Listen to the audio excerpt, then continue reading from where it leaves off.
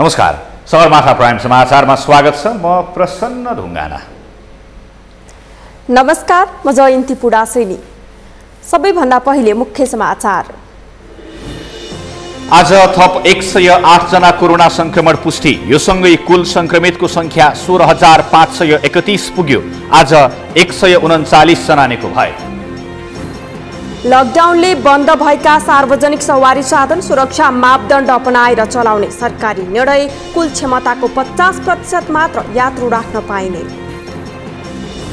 सिन्धुपाल्चोकमा बाढी पहिरोमा परि 2 जनाको मृत्यु, 20 जना बेपत्ता, 1 दर्जन बढी घरमा क्षति, आवागमन ठप्प। विश्वमा कोरोना संक्रमणबाट ज्यान गुमाउनेको संख्या 5,52,900 नाघ्यो। 1,22,04,000 बढी संक्रमित। स्पेनिस ला लिगा फुटबल अन्तर्गत गैराती भएको खेलमा बार्सिलोना विजय। शीर्ष स्थानको रियलसँग 1 अङ्कले पछि उपाधि होड रोमाञ्चक बन्दै।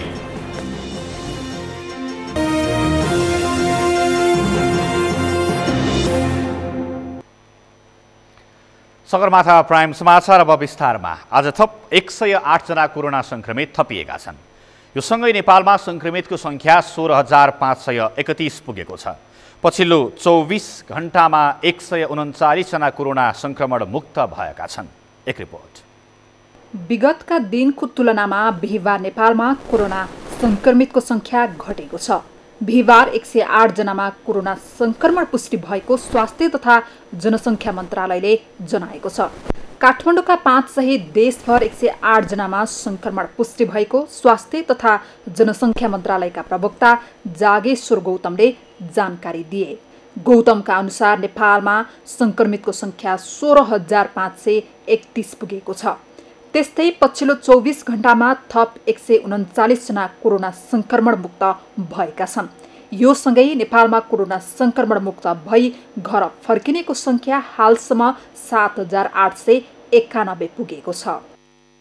कोभिड-19बाट संक्रमण मुक्त भई 24 घण्टामा डिस्चार्ज हुनुहुनेहरूमा जम्मा 139 जना हुनुहुन्छ र जम्मा 7,891 जना डिस्चार्ज हुनुभएको छ।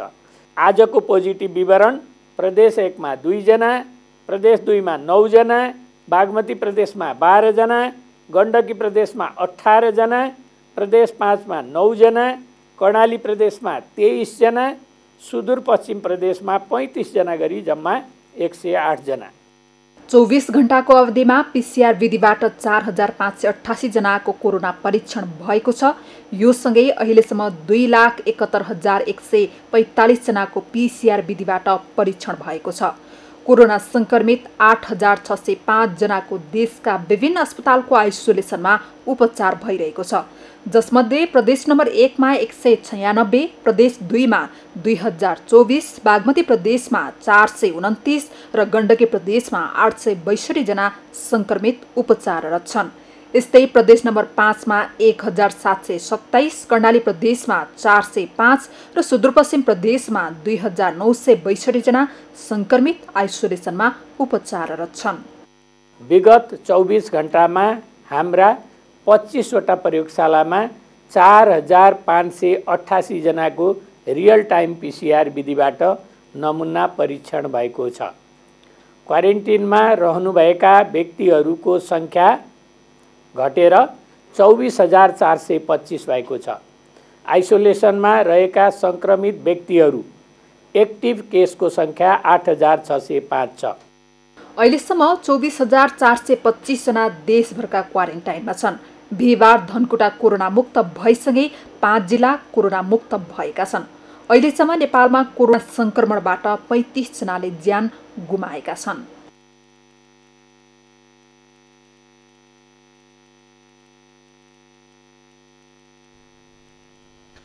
कर्णाली प्रदेश अस्पतालमा थप 2 जना चिकित्सक र 2 जना स्वास्थ्यकर्मीमा कोरोना संक्रमण पुष्टि भएको छ।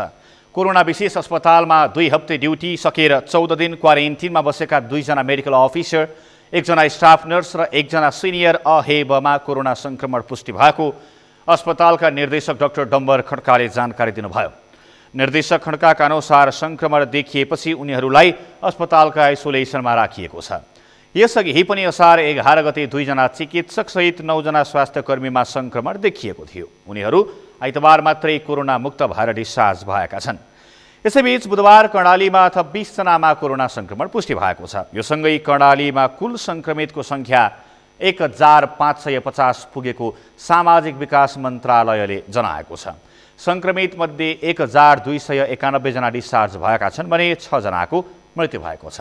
आइसोलेसनमा 253 जनाको उपचार भइरहेको मन्त्रालयका स्वास्थ्य सेवा महाशाखा प्रमुख डाक्टर लक्ष्मीनारायण तिवारीले जानकारी दिनुभएको छ। लकडाउनका कारण चैत 11 गतेबाट बन्द रहेका सार्वजनिक सवारी आवश्यक सुरक्षा मापदण्ड अपनाएर सञ्चालनमा आउने भएका छन्। कोरोना संक्रमणको जोखिम न्यूनीकरणका लागि जारी भएको लकडाउनका कारण बन्द रहेका सार्वजनिक सवारी सञ्चालन गर्न दिने निर्णय सरकारले गरेको हो। कुल क्षमताको 50% यात्रु राखेर छोटो दूरीका सवारी सञ्चालन हुने सरकारका प्रवक्ता डाक्टर युवराज खतिवडाले बताउनुभयो। उपत्यकाको हकमा काठमाडौँ, ललितपुर र भक्तपुर तथा अन्य जिल्लाको हकमा जिल्लाभित्र मात्रै सञ्चालन हुने गरी सार्वजनिक सवारी सञ्चालन हुने भएका हुन्। अर्थ सञ्चार तथा सूचना प्रविधि मन्त्री समेत रहनुभएका प्रवक्ता खतिवडाले एक पंक्तिको एक सिटमा एकजना हुने गरी कुल क्षमताको 50% मात्रै यात्रु राख्न पाइनेछ। सवारी चालक र सहचालकले मास्क र सेनिटाइजर अनिवार्य प्रयोग गर्न पर्नेछ। गाडीमै सेनिटाइजरको व्यवस्था गर्न पर्ने, चालक र सहचालकले मास्कसँगै भाइजर र पन्जा लगाउन पर्ने र दैनिक निसंक्रमित गरेर मात्रै सवारी गुडाउन पर्ने उहाँले बताउनुभयो। सार्वजनिक यातायातले यो मापदण्ड लागू हुँदासम्म प्रचलित भाडा दरमा 50% बढी भाडा लिन पाउनेछन्। ट्याक्सी सेवा पनि सञ्चालनमा आएका छन्। यसअघि चालक बाहेक 2 जना मात्रै बस्न पाइने गरी नियम बनाइएकोमा अब 2 जना बाहेक एकै परिवारका 5 वर्ष मुनिका सदस्यहरू समेत ट्याक्सीमा सवार हुन पाउनेछन्। भाडा दर भने पुरानै कायम छ। ट्याक्सीहरू तत्कालैबाट सञ्चालन भए पनि अन्य सार्वजनिक सवारीको हकमा सुरक्षा प्रबन्ध मिलाएर सञ्चालन गर्न केही समय लाग्ने उहाँले बताउनुभयो। मन्त्री परिषदले रणनीतिक सडक र व्यापारिक मार्ग विस्तारका लागि 450 मिलियन अमेरिकी डलर करिब 54 अर्ब ऋण सहायता स्वीकार गर्ने निर्णय पनि गरेको छ।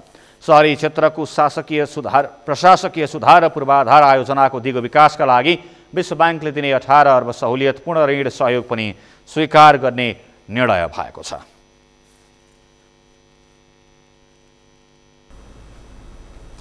नेपाल प्रहरीका नवनियुक्त प्रहरी महानिरीक्षक शैलेश थापा छेत्रीले आजबाट कार्यभार ग्रहण गरेका छन्। गृह मन्त्रालयमा आयोजित एक कार्यक्रममा गृह सचिव महेश्वर नेउपानेबाट दर्जानी चिन्ह ग्रहण गर्दै आजबाट कार्यभार सम्हालेका हुन्। कार्यभार सम्हाल्दै महानिरीक्षक थापाले देश, जनता र सरकारको निस्वार्थ सेवाका लागि आफू प्रतिबद्ध रहेको बताएका छन्। शान्ता दनुवारको रिपोर्ट। बिहिबारबाट नेपाल प्रहरीको नेतृत्व शैलेश थापा छेत्रीको काँधमा पुगेको छ। उनले गृह सचिव महेश्वर नेउपानेबाट दर्जानी चिन्ह ग्रहण गर्दै नेपाल प्रहरीको नेतृत्व सम्हालेका हुन्। थापालाई सरकारले मंगलबार नेपाल प्रहरीको 28औं प्रहरी महानिरीक्षकमा नियुक्ति गरेको थियो। प्रहरी महानिरीक्षक ठाकुर प्रसाद गेवाली 30 वर्ष सेवा हदका कारण बुधबारदेखि अनिवार्य अवकाशमा जाँदा वरिष्ठताका आधारमा थापा प्रहरी महानिरीक्षकमा बढुवा भएका हुन्। नेपाल प्रहरीको नेतृत्व ग्रहण गर्दै नवनियुक्त प्रहरी महानिरीक्षक थापा छेत्रीले देश, जनता र सरकारको निस्वार्थ सेवाका लागि प्रतिबद्ध गरेको बताए। प्रहरी व्यक्तिगत भन्दा संस्थागत निर्णयमा चल्ने भएकाले सोही वातावरण सृजना गर्न आफू दत्तचित्त भएर लाग्ने उनले बताएका छन्। नवनियुक्त प्रहरी महानिरीक्षक थापाले कानूनले तोकेको जिम्मेवारी इमानदारीपूर्वक निर्वाह गर्ने प्रतिबद्धता जनाए। संविधान, ऐन, नियमले निर्दिष्ट गरेको सीमाभित्र रहेर नेपाल सरकार तालुक गृह मन्त्रालयको निर्देशनमा सिङ्गो प्रहरी सङ्गठनलाई साथ लिएर आफ्नो क्षमता र विवेकले भ्याएसम्म निस्वार्थ रूपमा यहाँहरूको अपेक्षामा खरो उत्रने इमान्दार प्रयास मेरो हुनेछ। प्रहरी महानिरीक्षक एक्लैले सबै अपेक्षाहरू पूरा गर्न सक्दैनन्। प्रहरी महानिरीक्षकको सफलता वा असफलता देश, सरकार र सङ्गठनको सफलता र असफलतासँग गाँसिएको हुन्छ। यसका निमित्त उचित निर्देशन, भरपर्दो सहयोगी र स्वस्थ आलोचनाको आवश्यकता हुन्छ। आगामी दिनहरूमा प्रहरी सङ्गठनलाई व्यक्तिगत लहरमा होइन संस्थागत निर्णयको आधारमा अगाडि बढाउने कुरा पनि म यहाँ निवेदन गर्न चाहन्छु। 28औं आइजिपीको प्रतिस्पर्धामा प्रहरी अतिरिक्त महानिरीक्षक हरिबहादुर पाललाई पछि पार्दै थापा महानिरीक्षक बनेका हुन्। यसपटकको महानिरीक्षक नियुक्तिमा विगतमा जस्तो कुनै विवाद र हानाथाप भएन। छेत्री र पाल दुवैजना 2049 सालमा प्रहरी निरीक्षकबाट सेवा प्रवेश गरेका हुन्। दुई मध्ये जो नेतृत्वमा पुगे पनि मिलेर काम गर्ने समझदारी भएको महानिरीक्षक थापाले बताए। मेरा सहकर्मी प्रहरी अतिरिक्त महानिरीक्षक हरिबहादुर पाल, उहाँ र मेरो बीचमा एक प्रकारको जेन्टलमेन एग्रिमेन्ट भएको हो। हामीले जो आइजिपी भए पनि सरसल्लाह र सहयोगमा चल्छौँ भन्ने कुरो गऱ्यौँ। कतिपय इन्टेलेक्चुअल्सहरूले तैँले यो घाटाको सौदा गरिस् भनेर मलाई भन्नुभयो। अफकोर्स व्यक्तिगत रूपमा त्यो मेरो घाटाको सौदा थियो होला, तर मैले व्यावसायिक फाइदाको निम्ति त्यो घाटाको सौदा उचित थियो भन्ने नै माने। म यसको निम्ति व्यक्तिगत रूपमा हरिबहादुर पालप्रति पनि कृतज्ञ छु। नवनियुक्त प्रहरी महानिरीक्षक थापालाई बधाई तथा शुभकामना दिँदै गृहमन्त्री रामबहादुर थापाले छेत्रीको कार्यकाल शान्ति, सुरक्षा तथा अमन चयन कायम गर्न उत्कृष्ट हुने विश्वास व्यक्त गरेका छन्। मन्त्री थापाले संघीय संरचना अनुसार प्रहरी समायोजनको काम टुङ्गोमा पुर्याउने गरी काम गर्न नवनियुक्त थापालाई निर्देशन पनि दिएका छन्। गृह मन्त्रालयमा भएको कार्यक्रममा दर्जानी चिन्ह प्रदान गर्दै गृह सचिव महेश्वर न्यौपानेले कानुनको परिपालनामा थापाको कार्यकालमा उच्च व्यावसायिकता प्रदर्शन हुने विश्वास व्यक्त गरे। संगठनको नाम, मूल्य, मान्यता को चाहिँ प्रवर्तन गर्नमा जुन किसिमको गम्भीरता देखियो त्यसलाई म हार्दिक प्रशंसा गर्न चाहन्छु। अब आगामी दिनमा पनि सम्पूर्ण प्रहरी कर्मचारीहरू तर्फबाट चाहिँ त्यसमा चाहिँ सहयोग हुनेछ र प्रहरी महानिरीक्षकबाट पनि सम्पूर्ण आफ्ना सहकर्मी र चाहिँ मातहतका सम्पूर्ण प्रहरी कर्मचारीहरूको साथ लिएर काम गर्न अगाडि बढ्ने कुरामा पहल हुनेछ। महानिरीक्षक शैलेश थापा विगतदेखि प्रहरी प्रशासनको नीति निर्माण तहमा अब्बल मानिन्छ। थापासँग विभिन्न जिल्लाको प्रहरी प्रमुख भई काम गरेको अनुभव छ भने उनले महानगरी प्रहरी कार्यालय रानीपोखरी तथा केन्द्रीय प्रहरी प्रवक्ताको जिम्मेवारी पनि सम्हालेका थिए। त्यस्तै थापाले राष्ट्रिय प्रहरी प्रशिक्षण प्रतिष्ठान महाराजगञ्ज र प्रहरी महानिरीक्षकको सचिवालयमा बसेर काम गरेका छन्। 2049 साल वैशाख 19 गते प्रहरी निरीक्षकबाट सेवा प्रवेश गरेका थापा अब 2079 वैशाख 18 गतेसम्म प्रहरीको नेतृत्वमा रहनेछन्। सगरमाथा टेलिभिजनका लागि शान्ता दनवार, काठमाडौँ। सत्ताधारी नेपाल कम्युनिस्ट पार्टी नेकपा भित्रको विवाद कार्यकर्ता स्तरमा पुगेको छ। प्रधानमन्त्री तथा पार्टी अध्यक्ष केपी शर्मा ओली र अर्का अध्यक्ष पुष्पकमल दाहाल पक्षको विवाद जिल्लाका कार्यकर्ता स्थलमा देखिएको हो। प्रधानमन्त्री समेत रहेका अध्यक्ष ओली र अर्का अध्यक्ष दाहाल बीच पदीय भागबण्डामा विवाद बढिरहँदा सुदूरपश्चिमका स्थानीय कार्यकर्ता समूहमा विभक्त भएर झडपमा उत्रिन थालेका हुन्। कैलालीबाट दिनेश विष्टको रिपोर्ट। प्रधानमन्त्री समेत रहेका नेकपा अध्यक्ष केपी ओलीलाई पार्टीलाई अवमूल्यन गरेको भन्दै अहिले सचिवालय र स्थायी कमिटीको बहुमत सदस्यले दुवै पदबाट राजीनामा मागेका छन्। त्यसको ढाकछोपमा प्रधानमन्त्री ओलीले भारतीय निर्देशनमा राजीनामा मागिएको भन्दै राष्ट्रवादको लेप लगाएर आफूलाई जोगाउने प्रयत्न गरिरहेका छन्। नेताहरू बीचको द्वन्द्वको उत्कर्ष आउँदै गर्दा त्यसको प्रभाव भने गाउँ गाउँमा देखिन थालेका छन्। सुरुमा संसदको जारी अधिवेशन रोकेर अध्यादेशको तयारीमा लागेका ओली दाहाल सहित वरिष्ठ नेता माधव कुमार नेपाल र झलनाथ खनाल तथा पार्टी उपाध्यक्ष वामदेव गौतमले राष्ट्रपतिलाई अध्यादेश जारी नगर्न ध्यानाकर्षण गराएपछि झस्किएका थिए। तर प्रधानमन्त्री ओलीको गुटका कार्यकर्ताले बाँकी नेतालाई भारतीय दलाल भन्दै प्रदर्शन सुरु गरेपछि गाउँ गाउँमा द्वन्द्व विस्तार भएको हो। अहिले ओली पक्षका नेता कार्यकर्ताले देशको प्राथमिकता अन्तै भएका बेला प्रचण्ड माधवले कुर्सीको खिचातानी सुरु गरेको आरोप लगाएका छन्। पार्टीलाई जनताले लगभग 2/3 हाराहारीमा मत दिए, तर त्यो मतको सम्मान आजको दिनमा प्रधानमन्त्रीले यस्तो अवस्थामा राजीनामा दिनुपर्ने, अध्यक्ष छोड्नुपर्ने यस्ता एजेन्डाहरू किन आइरहेका छन्, यो अत्यन्त शङ्काको दृष्टिकोणले हेर्नुपर्ने छ। भारतीय मिडियाहरूले चौतरी रूपमा घेरिरहेका छन्। अत्यन्त तल्लो दर्जामा गएर निकृष्ट रूपमा प्रधानमन्त्री चिनिया राजदूतहरूलाई तपाईँहरू देखिराख्नु भएको छ, जुन ढङ्गले उहाँहरूका मिडिया रिपोर्टहरू बनाइरहेका छन्। यसले अझ ठुलो शङ्का उत्पन्न गरिरहेको छ।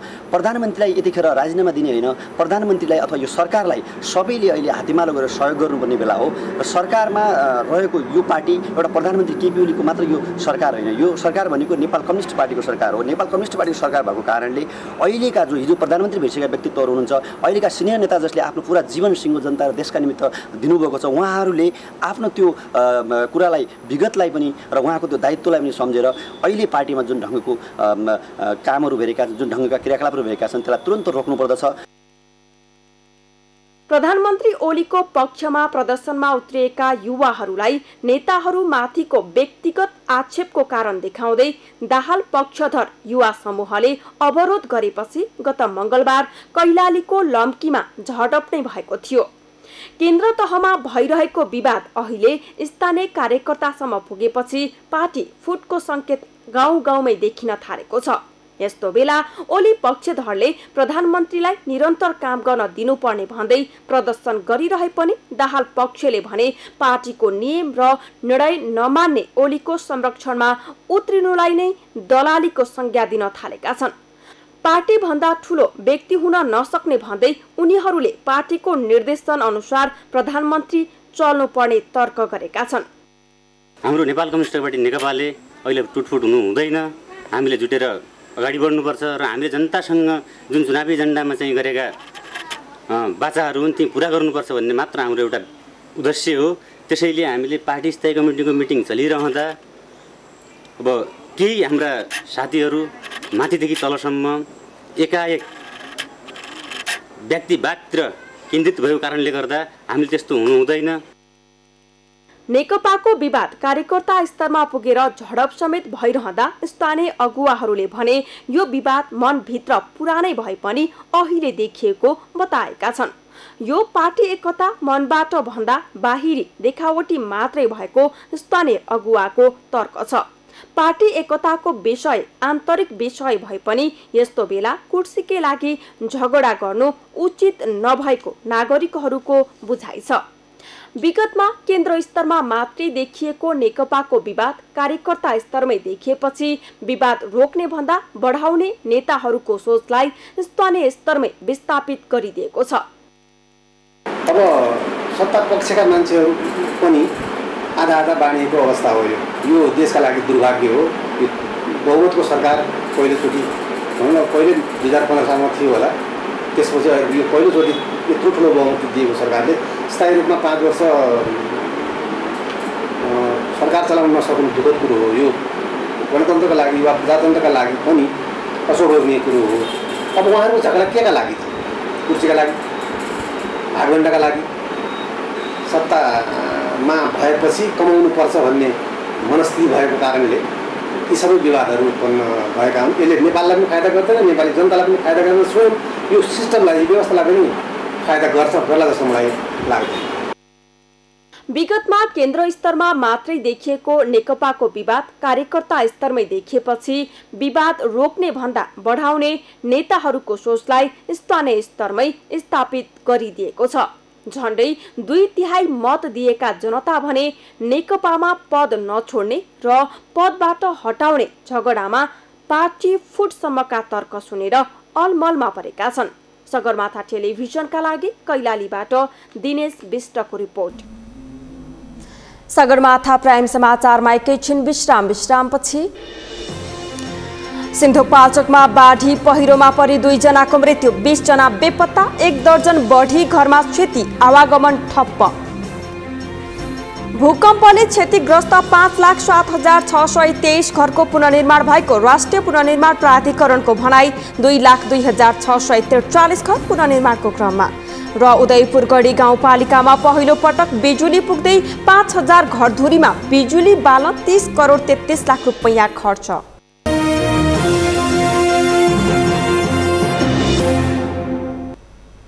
विश्रामपछि सगरमाथा प्राइम समाचारमा पुनः स्वागत छ। अब बाँकी समाचार। गैराती अविरल वर्षासँगै सिन्धुपाल्चोकको ठाडो खोलामा आएको बाढीबाट जम्बु, खागदल र बोलकोटेमा मृत्यु भएका 2 जनाको शनाखत भएको छ। मृत्यु हुनेमा 12 विषय नगरपालिका 5 जम्बुका 20 वर्षीय निकेश बस्नेत र उनकी 3 वर्षीय छोरी नियोन बस्नेतको शव फेला परेको प्रहरीले जनाएको छ। बाढी पहिरोका कारण 12 विषयमा 4 र भोटेकोसीमा 2 जना घाइते भएका छन्। 12 विषयका माधव कृष्ण बस्नेत, सुवेश तामाङ, सविता बस्नेत तामाङ र मेङमा तामाङ घाइते भएका छन्। त्यस्तै भोटेकोसीका फुर्वा तामाङ र उनकी 10 दिनकी छोरी घाइते भएका छन्। अहिले बाढी पहिरोमा परि घाइते भएकाहरूको उद्धारको क्रम चलिरहेको छ। पहिरोबाट उद्धार गरिएका स्थानीय सबिना बस्नेतलाई कैलाश एयरलाइन्सको हेलिकप्टरबाट काठमाडौँको ह्याम्स अस्पताल ल्याइएको छ। अरू 3 जना घाइतेलाई पनि उद्धार गरी काठमाडौँ ल्याइएको सिन्धुपाल्चोकका प्रहरी प्रमुख एसपी प्रज्वल महर्जनले जानकारी दिनुभयो। बाढी र पहिरोले बाटो अवरुद्ध भएका कारण उद्धारमा कठिनाई भइरहेको उहाँले बताउनुभयो। बाढी पहिरोमा परि भोटेकोसी गाउँपालिकाका 4 र 12 विषय नगरपालिकाका 16 जना गरी 20 जना बेपत्ता भएका छन्। जस अनुसार भोटेकोसी गाउँपालिका 5 का निम दोर्जे तामाङ, मन्जु तामाङ, पासाङ नूरपु तामाङ, साहिल तामाङ बेपत्ता भएका छन्। त्यस्तै 12 विषय नगरपालिकाका भीमबहादुर वाइबा, चिनमाया वाइबा, लीलामाया वाइबा, पासाङ डोल्मा वाइबा, निमा डोल्मा वाइबा, लक्ष्मण वाइबा, सुनमाला वाइबा र जनकबहादुर थिङ रहेका छन्। त्यस्तै सबिना तामाङ, आकाश तामाङ, हिमेश शर्मा, आकाश केसी, तोक बहादुर तामाङ, युक्त कुमार तामाङ, सुरेश तामाङ, शलिनी तामाङ बेपत्ता रहेको सिन्धुपाल्चोक प्रहरीले जनाएको छ। घटनास्थलमा सभामुख अग्निप्रसाद सापकोटा सहितको टोलीले पनि निरीक्षण गरेको छ। बाढीले एउटा बस, ट्रक, स्कर्पियो जीप र एक ट्याङ्कर बगाएको छ। बाढीले अरनिको राजमार्गको पक्की पुल समेत बगाएको छ। राति 9 बजे नै जोखिम देखेर मानिसहरू अर्को ठाउँमा गएकाले अधिक मानवीय क्षति हुन नपाएको स्थानीयले बताएका छन्। भूकम्पले क्षतिग्रस्त धरहराको 10औं तलासम्मको ढलानको काम सम्पन्न भएको राष्ट्रिय पुनर्निर्माण प्राधिकरणले जनाएको छ। लकडाउनका कारण केही समय प्रभावित भए पनि धरहराको काम 40% सम्पन्न भएको प्राधिकरणले जनाएको हो। प्राधिकरणका कार्यकारी अधिकृत सुशील गवालीले 3 तल्ले पार्किङ तर्फको काम जारी रहेको बताउनुभयो। निर्माण स्थलभित्र रहेका गोसवारा हुलाक कार्यालय, नेपाल राष्ट्र बैंकको टक्सार महाशाखा र कर्मचारी सञ्चय कोष स्थानान्तरण गरी सञ्चय कोष भवनको केही भाग भत्काउने काम जारी रहेको उहाँले बताउनुभयो। हप्ता दिनपछि धरहरा टावर निर्माणको काम सुरु हुने उहाँले बताउनुभयो। धरहराको ऐतिहासिक धरहराको पुनर्निर्माणको काम 40% कार्य सम्पन्न भएको छ।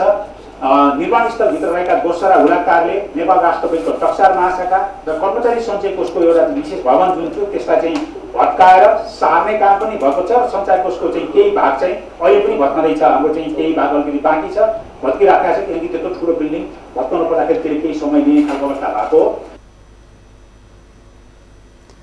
संसदको विकास तथा प्रविधि समितिमा भएको छलफलमा गेवालीले सिंहदरबार पुनर्निर्माणको काम 98% सम्पन्न भएको बताउनुभयो। मुख्य प्रशासनिक भवनको पूर्व, दक्षिण, उत्तरी भागको प्रबलीकरणको काम सम्पन्न भएको उहाँले बताउनुभयो। पश्चिम भागको प्रबलीकरणको काम 25% सम्पन्न भएको उहाँको भनाइ छ। ढिलोमा तिहारसम्म प्रधानमन्त्री तथा मन्त्री परिषद कार्यालय प्रशासनिक भवनमा सार्ने योजनाका साथ काम भइरहेको उहाँले बताउनुभयो। दशैं र तिहारको चाहिँ सन्दर्भ पारेर प्रधानमन्त्री कार्यालय सार्ने खालको लक्ष्यका साथ काम हामी अगाडि बढाइराखेको कुरा मानिसहरूलाई अवगत गराउन चाहन्छु। भूकम्पले क्षति पुर्याएको रानीपोखरीको मन्दिर र सौन्दर्यीकरण बाहेकका पुनर्निर्माणको काम सम्पन्न भएको जनाइएको छ। भूकम्पबाट क्षति भएका मध्ये अहिलेसम्म 5,07,623 घरको पुनर्निर्माण सम्पन्न भएको र 2,02,643 घर पुनर्निर्माणको क्रममा रहेको उहाँले बताउनुभयो। भूकम्पबाट सबैभन्दा धेरै मानवीय क्षति पुगेको सिन्धुपाल्चोक जिल्लामा सबैभन्दा धेरै 70,000 2097 घर पुनर्निर्माण सम्पन्न भएका छन्। नुवाकोट जिल्लामा 64,124 र भूकम्पको केन्द्रबिन्दु रहेको गोर्खा जिल्लामा 56,000 घर पुनर्निर्माण सम्पन्न भएका छन्। समितिले गुम्बा र अन्य सांस्कृतिक सम्पदाहरूको पुनर्निर्माणको कामलाई महत्त्वका साथ अगाडि बढाउन निर्देशन दिएको छ।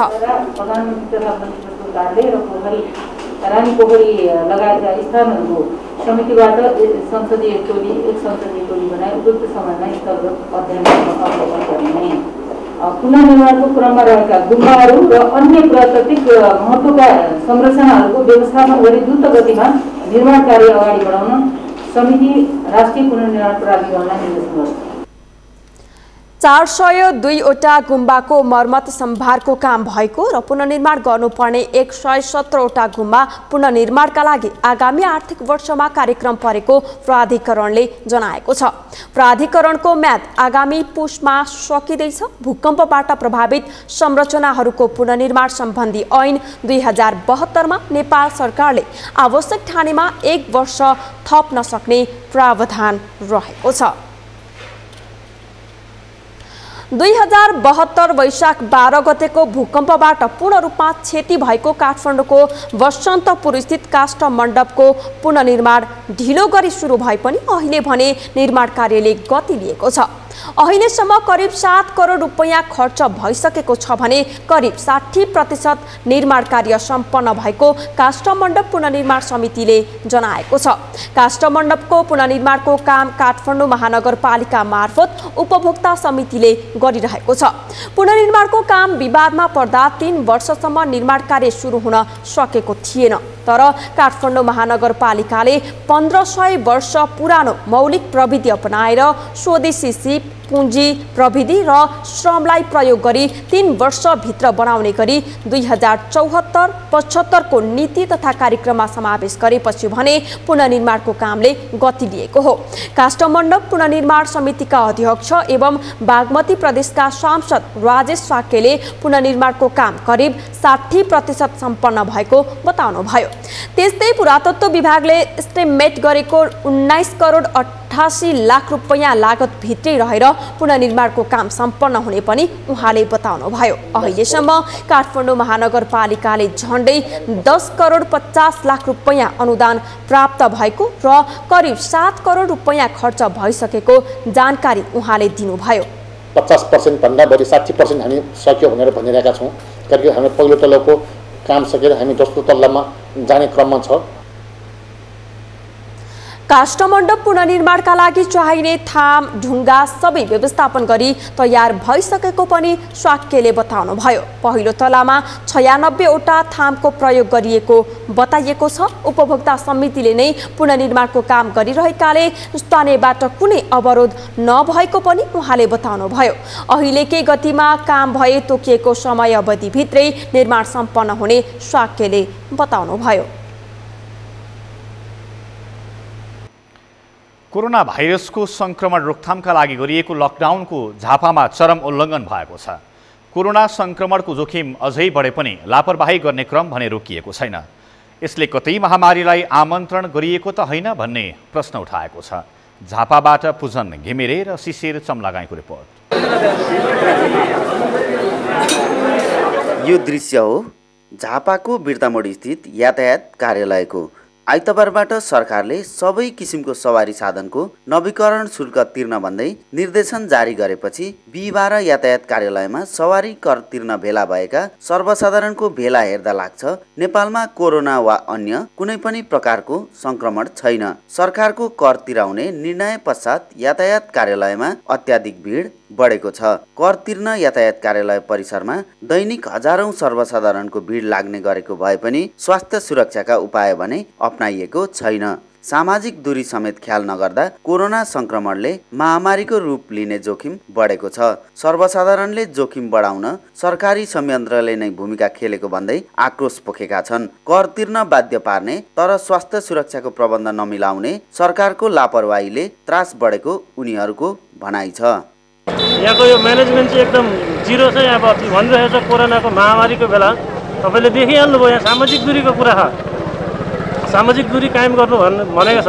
तपाईँले देख्नुहुन्छ सामाजिक दूरी यहाँ कहाँ छ? यसलाई नै सामाजिक दूरी भन्ने कि हामीले के भन्ने? कर तिर्न कार्यालय पुगेका केही सेवाग्राहीले त अझ मास्क समेत लगाएका छैनन्, जसका कारण कर्मचारी र सेवाग्राही दुवै संक्रमणको जोखिममा छन्। बिना तयारी हचुवाका भरमा कर असुल्न खोजेकाले त्रास बढेको सेवाग्राहीको गुनासो छ। अब तिर्न यो हालत छ भने लिन सेवा सुविधा लिने कुरामा के हालत होला? जस्तो सामाजिक दूरीको कुरा गरौँ न, अहिले सामाजिक दूरीको कुरा जनतालाई सरकारले भन्ने कुरा हो, तर बेइमानी सरकारले गरेको छ। यो सामाजिक दूरी कायम गर्ने सरकारको नीति सिस्टम बनाउनु पर्दैन सरकारले। अनि जनतालाई चाहिँ के तपाईँको साह्रै अब सामाजिक दूरी कायम भएर पुलिस ल्याउने, डन्ठा लाउने, पठाउने काम जम्मा सरकारको काम यति देखा अहिले हामी। शुक्रबारसम्ममा सबै मोटरसाइकलको कर बापतको शुल्क तिरी नवीकरण गर्न कार्यालयले सूचना जारी गरेकाले भिड बढेको कार्यालय प्रमुख कृष्ण प्रसाद पौडेलको भनाइ छ। पूर्व तयारी बिना सूचना निकालिएकाले थाम्नै नसक्ने भिड जम्मा भएको र सामाजिक दूरीसम्म पनि कायम गराउन नसकिने वातावरण बनेको उनको अनुभव छ।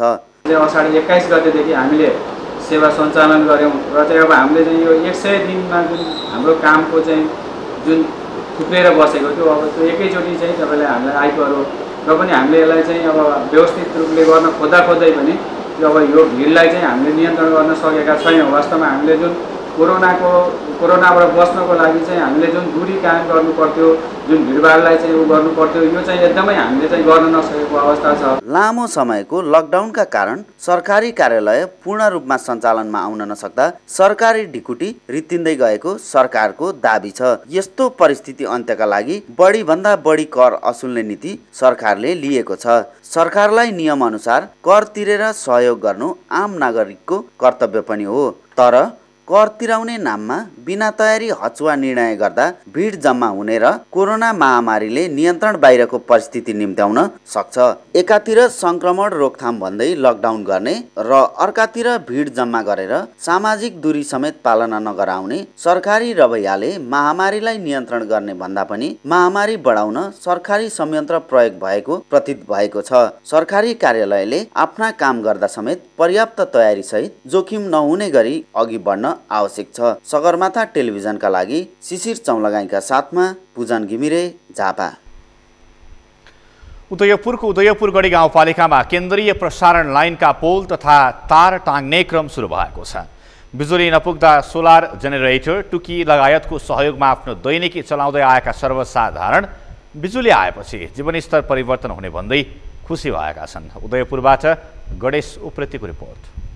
उदयपुर गढीसँगै जोडिएका त्रियुगा र कटारी नगरपालिकामा राष्ट्रिय प्रसारणको बिजुली बलेको धेरै समय भइसकेको छ, तर सँगै रहेको उदयपुर गढी गाउँपालिकाका बासिन्दा भने विद्युत नपुगेका कारण अन्धकारमा बस्न बाध्य भए। अब भने केन्द्रीय प्रसारण लाइनमा जोडिएसँगै स्थानीयको दैनिकी फेरि नै भएको हो। अब यो लाइन जब विस्तारमा लागिरहेको छ होइन, पोलहरू भएका गाडिसकेको छ, लाइन टाँगिसकेको 3 नम्बर वडातिर सबै हामी धेरै खुसी छौँ। राष्ट्रिय जनगणना 2068 अनुसार कुल 30,780 जनसङ्ख्या रहेको उदयपुर गढीमा हालसम्म राष्ट्रिय प्रसारण लाइन जोडिन सकेको थिएन। हाल ग्रामीण विद्युतीकरण मार्फत पहिलो चरण अन्तर्गत उदयपुर गढी गाउँपालिकाको वडा नम्बर 1, 2, 3, 6 र 7 का सबै गाउँहरूमा विद्युत पुर्याउने उद्देश्यले निर्माण गरिएको विद्युतीय पोल र ट्रान्समिटरमा लाइन छोडिएसँगै विद्युत बाल्ने स्थानीयहरूको वर्षौंको सपना पूरा हुने देखिएको छ, जसका कारण सिंहपालिकाका स्थानीयहरू हर्षित भएका छन्। अँध्यारोमा बस्नु पर्दाखेरि समस्या, टिभी बाल्नुपर्ने, सोलर बत्ती जडान गर्नुपर्ने, कतिसँग रुपियाँ पैसा नभएको अवस्था, त्यस्तै गरी अब कल कारखाना चलाउनको लागि चाहिँ अब डिजेलबाट मात्रै चलाउनु पर्ने अवस्था थियो। त्योहरू लगायत अब विभिन्न कुराहरू धेरै कुराहरूमा समस्या छ नि, जस्तै पढ्नको लागि पनि अब सोलर बत्ती बालिरह्यो, कहिलेकाहीँ लाइन नपुग्दाखेरि झ्याप मर्दिने। 2 चरण लगाएर गाउँपालिका भरि विद्युत पुर्याउने लक्ष्यका साथ 2 वर्ष अघि काम सुरु भएको गाउँपालिकामा पहिलो चरण अन्तर्गत ओडामा रहेका विभिन्न सङ्घ संस्था मार्फत उठेको 3,03,35,000 र सामुदायिक विद्युतीकरणको झण्डै 27,30,00,000 गरी कुल 30,33,00,000 को लागतमा 5,000 घरधुरीमा विद्युत पुर्याउने काम अन्तिम चरणमा रहेको बताइएको छ।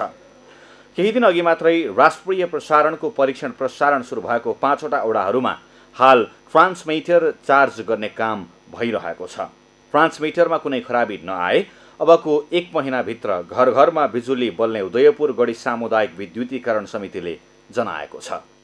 अहिले उदयपुर गढी सामुदायिक विद्युतीकरण मार्फत सबै घरधुरीमा बत्ती बाल्ने काम अन्तर्गत हाम्रो 5वटा वडा 1, 2, 3 र 6 र 7 को काम लगभग सम्पन्न भइसकेको छ।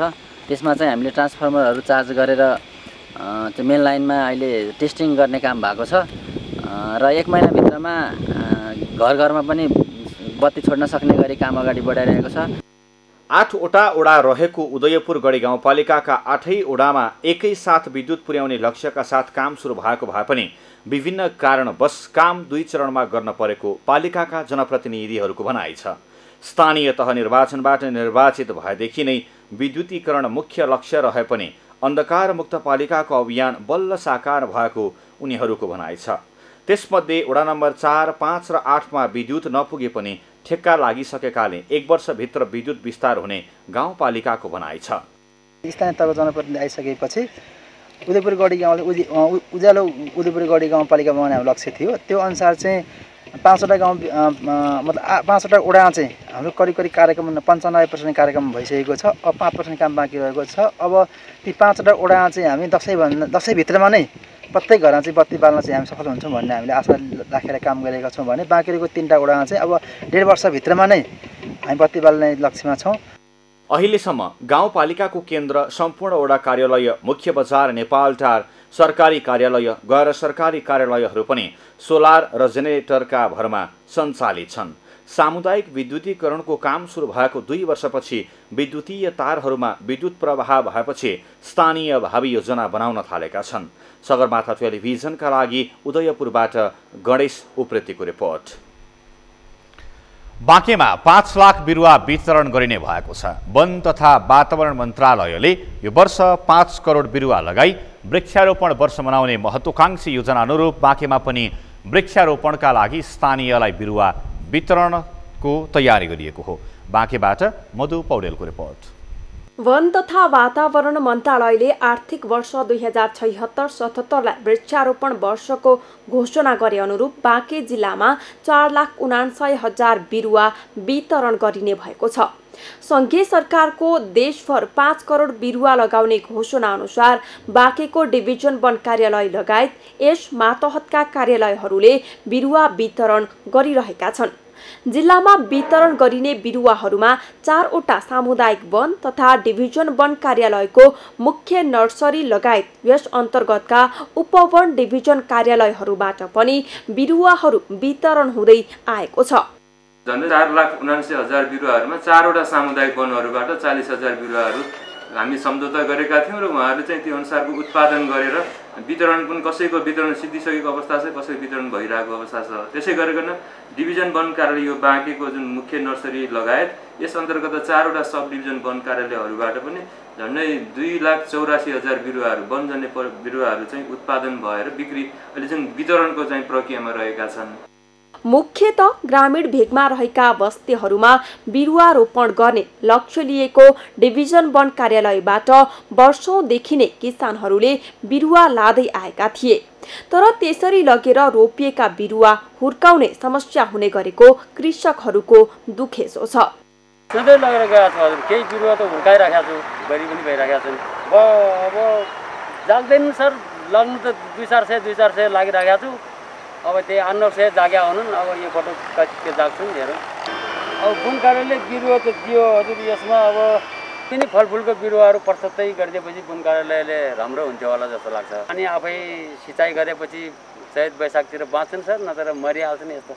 जिल्लामा अहिले विभिन्न सामुदायिक वनहरू, सङ्घ संस्था तथा पशुपालनमा आबद्ध भएकाहरूको माग अनुरूप वन कार्यालयबाट बिरुवा वितरण भइरहेको छ। बिरुवा अनि फरेटहरू त्यो बारीमा आफ्नो बिरुवा लगाएपछि अब आफूलाई अब राम्रो पनि हुने भयो। अनि त्यस पछाडि बाख्रा पाटा पालेपछि उनीहरू पनि काटेर खुवाउन मिल्छ। देशमा बृहत वृक्षारोपण वर्षका रूपमा बिरुवा वितरण गरी मनाउनु सुखद भए पनि त्यसरी वितरण गरेका बिरुवाहरू नहुर्कदा भने देशको लगानीसँगै हरियाली प्रवर्धनको योजना असफल हुने गरेको छ। झन अहिले कृषकलाई व्यावसायिक हुन तथा खेती प्रणालीमा परिवर्तनका लागि वितरण गरिएका बिरुवा हुर्कन नसकेमा कृषकको जमिन बाँझो हुने र सोचेको उपलब्धि पनि नहुने खतरा हुन्छ। त्यसैले अनुगमन चुस्त पार्दै कृषकलाई आवश्यक प्राविधिक ज्ञानमा पनि सहयोग गर्न आवश्यक छ। सगरमाथा टेलिभिजनका लागि बाँकेबाट मधु पौडेलको रिपोर्ट। सगरमाथा प्राइम समाचारमा पालो भएको छ विश्रामपछि। विश्वमा कोरोना संक्रमणबाट ज्यान गुमाउनेको संख्या 5,52,900 नाग्यो। 1,22,04,000 बढी संक्रमित।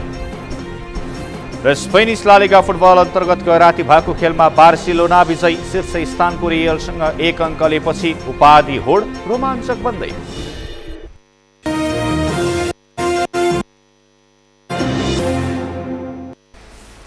अब पालो अर्थ समाचारको। अर्थ समाचारका प्रायोजक हो आफ्नो विश्वास हो त्रिशक्ति सिमेन्ट। सिन्धुलीका जुनार खेती गर्ने किसान काठमाडौँमा बस्दा जुनारको उत्पादनमा वृद्धि हुन नसकेको जुनार सुपर्जन परियोजना कार्यान्वयन शाखा सिन्धुलीले जनाएको छ। परियोजनाका वरिष्ठ कृषि अधिकृत देवराज अधिकारीले केही ठूला किसानहरूको घर काठमाडौँमा भएको र गाउँमा जुनारको बगैँचा भएकाले हेरचाह नहुँदा उत्पादन बढाउन नसकिएको बताउनुभयो। अहिले सिन्धुलीमा 2051 किसान परिवारले जुनार खेती गरेका छन्। उहाँले साना किसानहरूले किराका लागि प्रयोग गरिने विष आदि खरिद गर्न रकम जुटाउन नसक्दा पनि उत्पादनमा कमी आएको बताउनुभयो। पैसा उठाउनुहुन्छ किनभने त्यो अनुसारको उहाँहरूलाई आम्दानी पनि हुन्छ। 18-20 लाखको बेच्नुहुन्छ, त्यसमा चाहिँ 1 लाख रुपियाँ अथवा 50,000 रुपियाँ जम्मा गर्न उहाँहरूलाई ठुलो कुरा हुँदैन। अनि अब सिन्धुलीमा के छ भने केही किसानको बसाइ चाहिँ काठमाडौँ छ, बगैँचा सिन्धुलीमा छन्। अनि त्यो बगैँचामा फल्यो भने खाइदिने, नभए काठमाडौँमै रमाइरहने पनि छ। बगैँचाको राम्रो हेरचाह नगर्ने। सिन्धुली जुनार खेतीका लागि सुपर्जोन क्षेत्र हो। प्रधानमन्त्री कृषि आधुनिकीकरण परियोजना अन्तर्गत जुनार सुपर्जोनको रूपमा सिन्धुलीमा कार्यक्रम लागू गरिएको छ। व्यावसायिक जुनार खेतीको उत्पादन र उत्पादकत्व वृद्धि गरी उद्योगसम्म जोड्ने उद्देश्यले जुनार सुपर्जोन कार्यक्रम कार्यान्वयनमा ल्याइएको अधिकारीले बताउनुभयो। त्यस्तै परियोजनाले जाली घर प्रविधिको प्रयोगबाट गुणस्तरीय बिरुवा उत्पादन गर्ने कार्यक्रमलाई पनि अगाडि बढाएको छ। अहिले सिन्धुलीमा 20 देखि 21 वटा नर्सरीबाट गुणस्तरीय बिरुवाको उत्पादन भइरहेको छ। जुनारको उत्पादन बढाउन र जुनार खेतीको अवस्थाको जानकारी लिन जुनार किसान परिचय पत्र कार्यान्वयनमा ल्याइएको छ। परिचय पत्र वितरण गरिएपछि जुनार खेतीको समग्र अवस्थाको विवरण लिन किसानहरूको अवस्थाको जानकारी पाउन सहज भएको उहाँले बताउनुभयो। पछिल्लो समय जुनारको माग नेपाली बजारका अलावा अन्तर्राष्ट्रिय बजारमा समेत हुने गरेकाले लगानी बढाई सिन्धुली जिल्लालाई जुनार एस्टेटको रूपमा विकास गर्नुपर्ने अधिकारीले बताउनुभयो।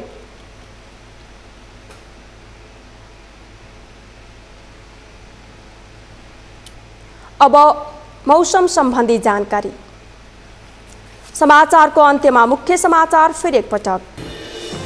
आज थप 108 जना कोरोना संक्रमण पुष्टि। यो सँगै कुल संक्रमितको संख्या 16,531 पुग्यो। आज 139 जना निको भए। लकडाउनले बन्द भएका सार्वजनिक सवारी साधन सुरक्षा मापदण्ड अपनाएर चलाउने सरकारी निर्णय। कुल क्षमताको 50% मात्र यात्रु राख्न पाइने। सिन्धुपाल्चोकमा बाढी पहिरोमा परि 2 जनाको मृत्यु, 20 जना बेपत्ता, 1 दर्जन बढी घरमा क्षति, आवागमन ठप्प। विश्वमा कोरोना संक्रमणबाट ज्यान गुमाउनेको संख्या 5,52,900 नाग्यो। 1,22,04,000 बढी संक्रमित। र स्पेनिस ला लिगा फुटबल अन्तर्गत गए राति भएको खेलमा बार्सिलोना विजयी। शीर्ष स्थानको रियलसँग 1 अङ्कले पछि उपाधि होड रोमाञ्चक बन्दै। हौस् त सगरमाथा प्राइम समाचार अहिलेलाई सकियो। तपाईँ समाचार बुलेटिनका साथै सगरमाथा टेलिभिजनका सम्पूर्ण कार्यक्रम www.sagarmatha.tv मा पनि पढ्न र हेर्न सक्नुहुनेछ। साथै युट्युबमा youtube.com/sagarmatha TV नेपालमा हेर्न सक्नुहुनेछ। मोबाइलमा प्ले स्टोर तथा एप स्टोरमा गई सगरमाथा TV एप डाउनलोड गरी हामीलाई प्रत्यक्ष हेर्न सक्नुहुनेछ। साथै तपाईँ हामीलाई फेसबुकमा पनि facebook.com/stv नेपालमा फलो गर्न सक्नुहुनेछ। समाचारको शिखर, नेपालको गौरव, नेपालको पहिलो न्युज च्यानल सगरमाथा टेलिभिजन हेर्दै गर्नुहोला। नमस्कार।